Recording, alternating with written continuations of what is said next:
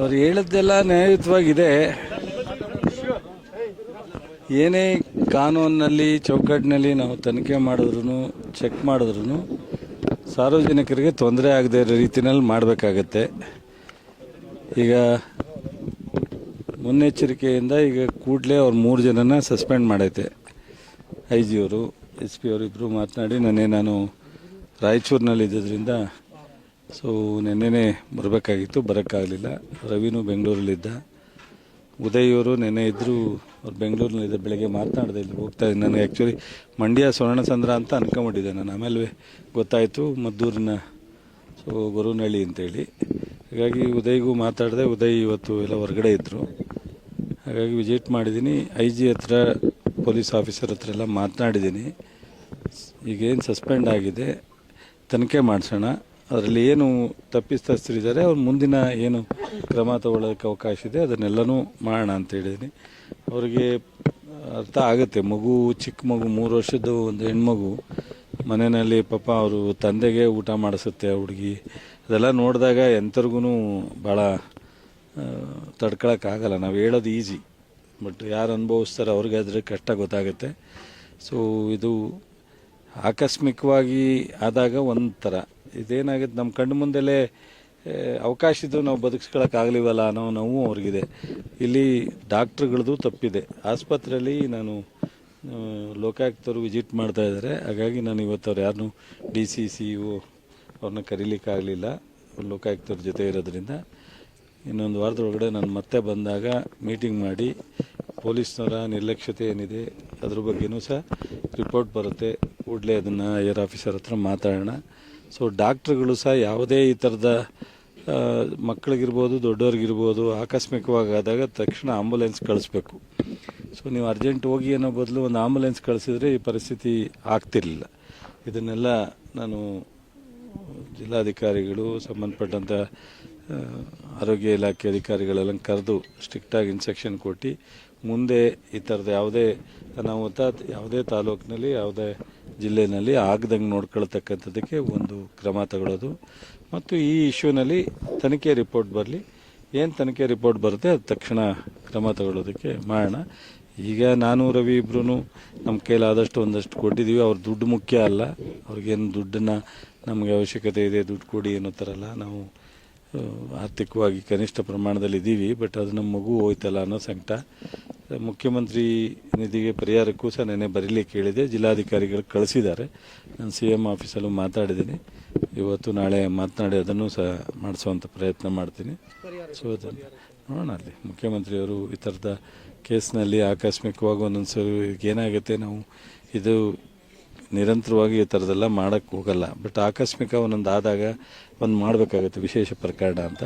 ಅದನ್ನು ಮಾಡಿಸೋಣ. ಎಷ್ಟು ಅಂತ ಮುಖ್ಯಮಂತ್ರಿಯವ್ರ ಹತ್ರ ಮಾತಾಡಿದ್ಮೇಲೆ ನಾನು ಹೇಳ್ತೀನಿ.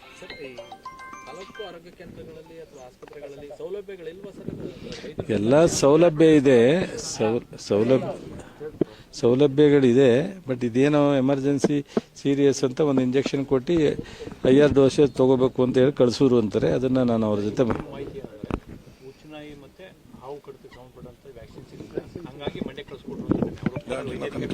ಆಯ್ತು, ಅದನ್ನು ನಾನು ಕಮಿಷನರ್ ಹತ್ರ, ಹೆಲ್ತ್ ಮಿನಿಸ್ಟರ್ ಹತ್ರ ಮಾತನಾಡ್ತೀನಿ.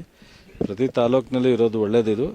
ಯಾಕೆ ಆ ಥರ ತಾಲೂಕು ಕೇಂದ್ರದಲ್ಲಿ ಅವೈಲಬಲ್ ಇಲ್ಲ ಅಂತ ಕೂಡಲೇ ನಾನು ಇವತ್ತೇ ಮಾತಾಡ್ತೀನಿ. ಅದು ಮುಂದೆ ಆಗದಂಗೆ ನೋಡ್ಕೊಳ್ಳೋಣ. ಸರ್, ವ್ಯಾಕ್ಸಿನ್ ಒಂದು ಕಡೆ, ಮತ್ತೆ ಇನ್ನೊಂದು ಕಡೆ ಏನಂದ್ರೆ ಅಲ್ಲಿ ಆಂಬುಲೆನ್ಸ್ ನೋಡಿದ್ರೆ ಇದು ಅತಿ ಹೆಚ್ಚು ಇದಾಗ್ತಾರೆ. ಈಗ ಆಂಬುಲೆನ್ಸ್ಗೆ ಎಲ್ಲ ಕಡೆ ಅವಕಾಶ ಇದೆ, ಆದರೆ ಇದು ಆಂಬುಲೆನ್ಸಲ್ಲಿ ಕಳಿಸುವಂಥ ಪರಿಸ್ಥಿತಿನ ಯಾಕೆ ತೀರ್ಮಾನ ತಗೊಳ್ಳಲ್ಲ ಅನ್ನೋದು ಸಹ ಒಂದು ನನಗೆ ಡೌಟ್ ಇದೆ. ನಾನು ಅದನ್ನೇ ಹೇಳಿದ್ದು. ಲೋಕಾಯುಕ್ತರು ಪ್ರವಾಸ ಇರೋದ್ರಿಂದ ನಾನು ಅವ್ರು ಯಾರನ್ನೂ ಕರೀಲಿಕ್ಕಾಗಿಲ್ಲ, ಜಿಲ್ಲಾಧಿಕಾರಿಗಳು ಅವ್ರು ಯಾರನ್ನೂ. ತಕ್ಷಣ ನಾಳೆ ನಾಡ್ದು ಬಂದಾಗ ಇದ್ರ ಬಗ್ಗೆ ಮೀಟಿಂಗ್ ಮಾಡ್ತೀನಿ.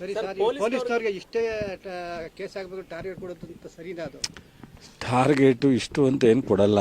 ಬಟ್ ಆದರೆ ಒಂದು ನಿಮಿಷ ಚೆಕ್ ಮಾಡಬೇಡಿ, ಕೇಸ್ ಹಾಕಬೇಡಿ ಅಂತ ಹೇಳ್ತಕ್ಕಂಥದ್ದು. ಅದರಿಂದ ಚೆಕ್ ಮಾಡೋದ್ರಿಂದ, ಕೇಸ್ ಹಾಕೋದ್ರಿಂದ ಸಾರ್ವಜನಿಕ ಹಿತ ಇರುತ್ತೆ. ಅದರಲ್ಲಿ ಏನಾಗುತ್ತೆ, ಹೆಲ್ಮೆಟ್ ಇಲ್ದಲೇ ಹೋಗ್ತಾರೆ, ಸಾವಾಗ್ತವೆ. ಡ್ರಿಂಕ್ ಆ್ಯಂಡ್ ಡ್ರೈವ್ ಮಾಡ್ತಾರೆ, ಸಾವಾಗ್ತವೆ, ಇವೆಲ್ಲ. ಆದರೆ ಇಂಥ ಎಮರ್ಜೆನ್ಸಿ ಕೇಸ್ನಲ್ಲಿ ಆಕಸ್ಮಿಕವಾಗಿ ಇದಕ್ಕಿದ್ದಂಗೆ ಹೊರಟಾಗ ಹೆಲ್ಮೆಟ್ ಹಾಕಲಿಲ್ಲ ಅಂತ ಯಾರೂ ಎಕ್ಸ್ಪೆಕ್ಟ್ ಮಾಡೋಕ್ಕಾಗಲ್ಲ. ಸೊ ಆ ಸಂದರ್ಭಗಳನ್ನ ನಾವು ನೋಡಿ ತೀರ್ಮಾನ ತಗೋಬೇಕು ಅಧಿಕಾರಿಗಳೇ ವಿನ. ಸೊ ತನಿಖೆ ಮಾಡೋದು ತಪ್ಪು ಅಥವಾ ಡ್ರಿಂಕ್ ಆ್ಯಂಡ್ ಡ್ರೈವ್ ಚೆಕ್ ಮಾಡೋದು ತಪ್ಪು, ಹೆಲ್ಮೆಟ್ ಇಲ್ಲದೆ ಓಡ್ತಕ್ಕಂಥ ತಪ್ಪು ಅಂತ ಹೇಳೋಕ್ಕಾಗಲ್ಲ. ಹಾಂ,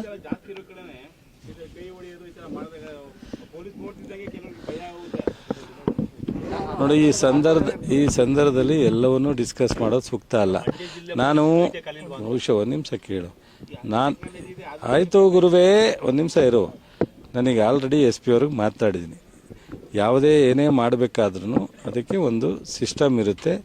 ಇನ್ನೊಬ್ಬರಿಗೆ ಅದರಿಂದ ತೊಂದರೆ ಆಗಬಾರ್ದು, ಅನಾನುಕೂಲ ತಪ್ಪಿಸ್ಬೇಕೇ ವಿನ ನಾವು ಮಾಡೋದ್ರಿಂದ ಇನ್ನೊಂದು ತೊಂದರೆ ಆಗಬಾರ್ದು. ಆ ಥರ ಮಾಡಬೇಕು ಅಂತೇಳಿ ನಾನು ನೆನ್ನೆಲ್ಲೇ ಹೇಳಿದ್ದೀನಿ.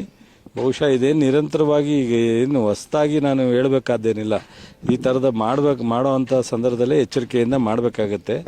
ಬಟ್ ಇದು ಅದರಿಂದನೇ 3 ಜನನ ಅಮಾನತುಗೊಳಿಸೈತೆ. ತನಿಖೆನೂ ಸಹ ತಕ್ಷಣ ರಿಪೋರ್ಟ್ ಬರಬೇಕು ಅಂತ IG ಅವ್ರಿಗೆ ಹೇಳಿದ್ದೀನಿ, ಬೋರ್ಲಿಂಗಯ್ಯನವ್ರಿಗೆ.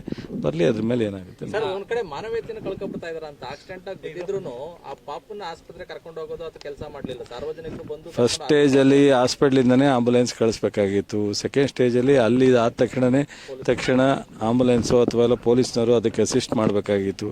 ಇವೆಲ್ಲವೂ ಲ್ಯಾಪ್ಸಸ್ ಇದೆ. ಗೌರ್ಮೆಂಟ್ ಹಾಸ್ಪಿಟಲ್ ಏನ್ ಟ್ರೀಟ್ಮೆಂಟ್ ಇಲ್ಲ ಅಣ್ಣ. ಬರೀ ಹಾಸ್ಪಿಟಲ್ ಹೋದ ತಕ್ಷಣ ಒಂಚೂರು ಕಾಯ ಕೊಯ್ಕೊಬಿಟ್ಟಿದ್ರು. ಮಂಡೆ ತಗೊಂಡ್ರಿ ಅಂತಾರೆ. ಅಲ್ಲೇನ್ ಬರೀ ಆಯಿಂಟ್ಮೆಂಟ್ ಹಾಕೋಕೆ ಬರೀ ಬ್ಯಾಂಡೇಜ್ ಹಾಕೋಕೆ ಮಾತ್ರ ಹಾಸ್ಪಿಟಲ್ ಇರೋದು. ಸರಿ, ಆಯ್ತು. ಜ್ವರ ಬಂದ್ರು ಮಂಡೆ ತಗೋಗಿ ಅಂತಾರೆ. ಕಾಯ ಮಂಡೆ ತಗೋಗಿ ಅಂತಾರೆ. ಈಗ ಒಂದು ನಿಮಿಷ ಎಲ್ಲ 7 ತಾಲೂಕಿನ ಆಸ್ಪತ್ರೆಯ ಪರಿಸ್ಥಿತಿನ ನಾನು ರಿವ್ಯೂ ಮಾಡಿ ಮತ್ತೆ ಈ ಥರದ್ದು ಆಗದಂಗೆ ನೋಡ್ಕೊಳ್ಳೋದಕ್ಕೆ ಏನು ಬೇಕೋ ಕ್ರಮ.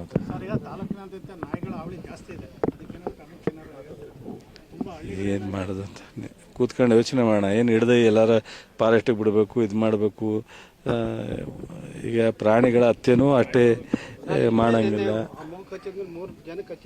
ಗೊತ್ತಾಯ್ತು ಗುರು, ಈ ಪ್ರಾಣಿಗಳ ಹತ್ಯೆನೂ ಅಲ್ಲ. ಈಗ ಮರ ಬಿದ್ದೋಗ್ತಾ ಇರ್ತದೆ ಅಂತ ಇಟ್ಕೋ, ಮಳೆಗಾಲ. ಆ ಮರನ ಕಡ್ದು ಇನ್ನೊಂದು ಮರ ಬೆಳೆಸ್ಬೋದು. ಮರ ಕಡಿದ್ರೆ ಏನು ಮಾಡ್ತೀರಾ? ನೀವೇ ಹೊಡಿತೀರಾ, ನೀವೇ ಮಾಧ್ಯಮದವರೇ ಹೊಡಿತಾರೆ. MLAಗಳು ಮಂತ್ರಿಗಳು ಮರ ಕಡಿಸಿದ್ರು ಅಂತ, ಅದಕ್ಕೆ ಬೇರೆ ಕೇಸು. ಎಲ್ಲ ಕಾನೂನು ವ್ಯಾಪ್ತಿಲೇ ಮಾಡಬೇಕು. ನಾವು ಏನೇ ಮಾಡಬೇಕಾದ್ರೂ, ಏನೇ ಸರ್ ಮಾಡಬೇಕಾದ್ರೂ ಕಾನೂನು ವ್ಯಾಪ್ತಿಲೇ ಮಾಡಬೇಕು. ಹೌದು, ಈಗ ಮೊನ್ನೆ ನಮ್ಮ ಬಿದ್ರಕೋಟೆನಲ್ಲಿ ಕೋತಿ ಅವಳಿ ಜಾಸ್ತಿ ಆಗಿ ಅಂತ ಒಂದು ಹುಡುಗ ಭಾಳ, ನಾನು ಅದಕ್ಕೆ ಹೇಳಿದೆ, ಅವ್ರಿಗೆ ಏನೋ ಆರ್ಥಿಕ ವ್ಯವಸ್ಥೆ ಇಲ್ಲ, ನಾನೇ ಕೊಡ್ತೀನಿ, ಅದನ್ನು ಹಿಡಿದು ಕಾಡಿಗೆ ತೊಗೊಂಡೋಗಿ ಬಿಡ್ರಪ್ಪ ಅಂತ ಹೇಳಿದೆ ನಾನು. ಸೊ ಹಿಂಗಾಗುತ್ತವೆ. ಈಗ ನಾಯಿ ಬೆಂಗಳೂರಿನಲ್ಲೂ ಎಷ್ಟು ವನವಾಸ ಅನುಭವಿಸ್ತಾ ಇದ್ದಾರೆ ಅಂತ ನಿಮಗೂ ಗೊತ್ತಿದೆ ಎಲ್ಲ. ಸೊ ಅದನ್ನು ಆಯಿತು, ಇದನ್ನ ಅಂತೇಳಿ ಸೊ ಈಗ ನಾವು ಹತ್ಯೆ ಮಾಡಬಾರ್ದು ಅಂತೇಳಿ ಇನ್ನೊಬ್ರಿಗೆ ತೊಂದರೆ ಕೊಡೋಕ್ಕೆ ಅವಕಾಶ ಮಾಡಬೇಕು ಅಂತ ಅಲ್ಲ. ಅದನ್ನೆಲ್ಲ ಯಾವ ರೀತಿ ಮಾಡಬೇಕು ಅಂತ ನಾನು ಒಂದು ಸ್ವಲ್ಪ ಇದನ್ನು ಗಂಭೀರವಾಗಿ ತಗೊಳ್ಳಿ, ಸೀರಿಯಸ್. ಸರ್ ಖಂಡಿತ ಮಾಡಿ.